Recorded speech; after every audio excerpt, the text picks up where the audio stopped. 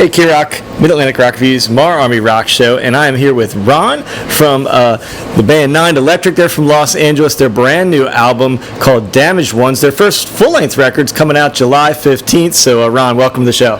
Thanks for having me.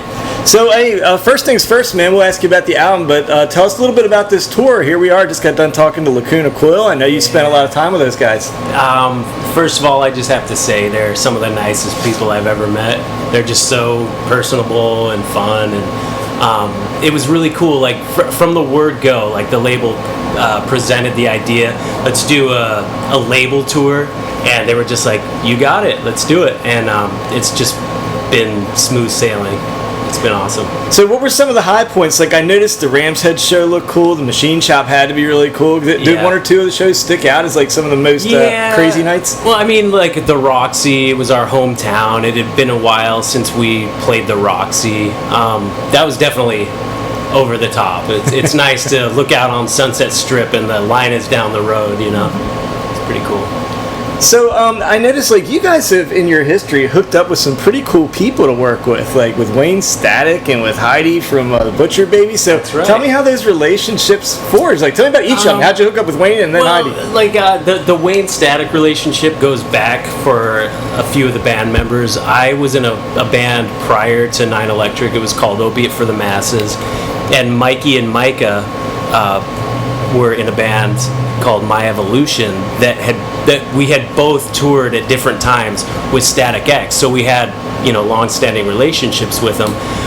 So when we started making this music, and some of it was like pretty similar to the Static X, kind of the cadence of it or the rhythm, Wayne had heard some of it and was like, I like this. I want to sing on it. And so it just kind of worked out. It was just like right place, the right time. Our schedules worked out, and then we ended up touring with them after that, after recording with Wayne, and then Heidi.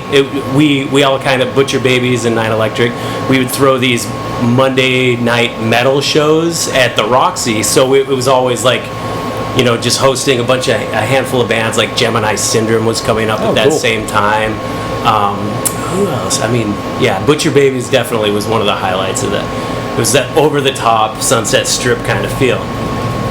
So tell me about the recording of this album. It's being the first full length. You got to be really excited about it. Tell us who did the production on us and where you did this thing. Kane Churko, who is just an ultimate whiz kid. He's one of the best, like, well-rounded producers I've ever worked with. Meaning, he's a musical guy. He's very musically talented, but he's also an amazing engineer. And so he is able to bridge the gap between the idea and like a modern production. You know what I mean? Yeah. And he is just, it was such an amazing experience. It was just easy. And we all felt really polarized, just facing the same direction. All the band members and him. It was like adding another band member. It was really cool. I have yet to have that experience till working with him in Vegas, and it was a good time in Vegas too. It was supposed to be just like a wrap up production session, like maybe 2 weeks, and we ended up being there for like a month because it was just going so well. And it was fun. Yeah. Plus, we didn't get a whole lot done every day. No, it was amazing. It was really good. Hey, so you guys put out a post the other day on your Facebook page asking fans to vote on what the best songs were the album are. Do you know who won? Did you pay attention there? Look, you know what? I haven't even seen the results. I have no idea. So what would you predict? Based on, you've been on the tour, you've been playing songs. If you had to pick one you think is going to win that competition. Well, I mean, the title track of the album, which is The Damaged Ones, that one came in, at least that should be the first single. It just has all the elements of what we do, and it just has like this memorable thing about it. So that's but then every once in a while everyone likes this song or that song. There's a consensus, but that one seems to be the steady consensus. So I was doing a little reading. It seems like there might be a little bit, it's not just the name, The Damaged Ones. It seems like there's like a little bit of a meaning behind that. Can you talk about that a little bit? Yeah, I mean, the song lyrically kind of spells it out a little bit, but even further so, it's like everyone, like one thing that can connect us all is that no matter who you are, no matter how easy you may seem to have it on the outside. Everyone has their own struggle, and through that struggle, there's a certain amount of damage that we all accrue. You know, it's crazy because if you do everything right and you live long enough, you end up being this old, busted up, grumpy bastard, right? Like that's the best case scenario if you didn't die tragically too young or whatever it is. So I mean, if you take that concept to, you know, a less extreme degree, that's one of the most basic parts of the human condition, I guess, is that we're the damaged ones. So you mentioned also, or probably wasn't you, but your bio talks about something about the new era for the Sunset Strip and your genre. So elaborate, what is the new era on the Sunset Strip? Well, what's it like? You know, like things like scenes come in like 10-year chunks or so. You know, you see a decade of this and then a decade of that. And so obviously the 80s were a big heyday for the hair bands and stuff like that on the Sunset Strip. And then actually a little bit longer passed before it came back, like the new metal and things like that.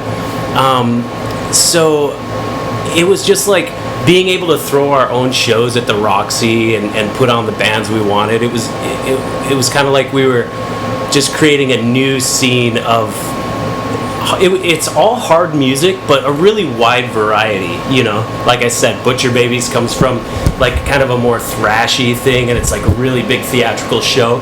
But then Gemini Syndrome is more of the heady, introspective, but no less heavy, but just a different way. So it's really cool to see this new era of the Sunset Strip kind of now branching out worldwide. So.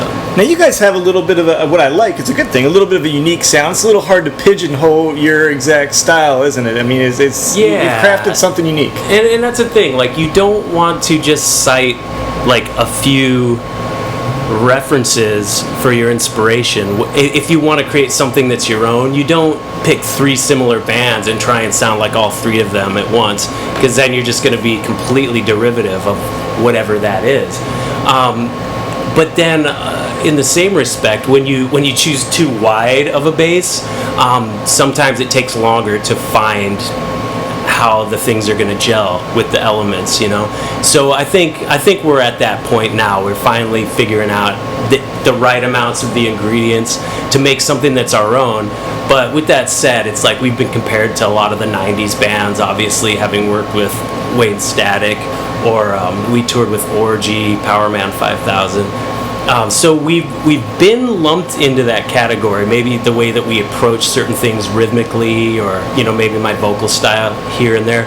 But like me personally, I'm a big, huge like 80s new wave and electronic music guy, and so everyone has their own. So that comes into it a little bit, really, doesn't it? Yeah, for sure. You can sense it there underneath. In fact, there's a track which is one of my favorites for sure. That's on the upcoming album.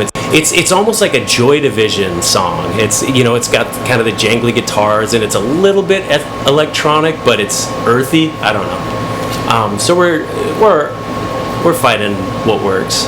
So what's your musical resume a little bit, like going back, or if somebody's going to go back and find the old videos of you doing stuff, like what are the old like YouTubes we should look for? The old YouTube, you mean like with 9ELECTRIC or just you personally? Well, I'll say I think the last time I was at this exact venue, I was on tour. I was singing for Opiate for the Masses, and I was on tour with Ministry, and so it was like, you know, these hard. Man, that was a rough crowd. There were some serious, like, hardcore fans of Ministry. So, I mean, in a good way, it was like definitely good to cut my teeth in that and go, okay, I know what works and what doesn't with these diehards. But I had a great time out with those guys. So what's your plans July 15th? The album comes out. Are you all having a party, or are you just going to sit around and cross your fingers? What are you doing? You know what? I have no idea what city we'll be in, or, you know what I mean? Like, there's so many pending things. I hope we'll be able to sit and enjoy it, but if not, we'll hold off till we can. We'll find time to do it. Yeah. Well, The Damaged Ones comes out on July 15th. It's 9ELECTRIC's first full-length record. And one last thing, man. How has this album grown compared to the other music we've heard so far from you guys? Oh, man.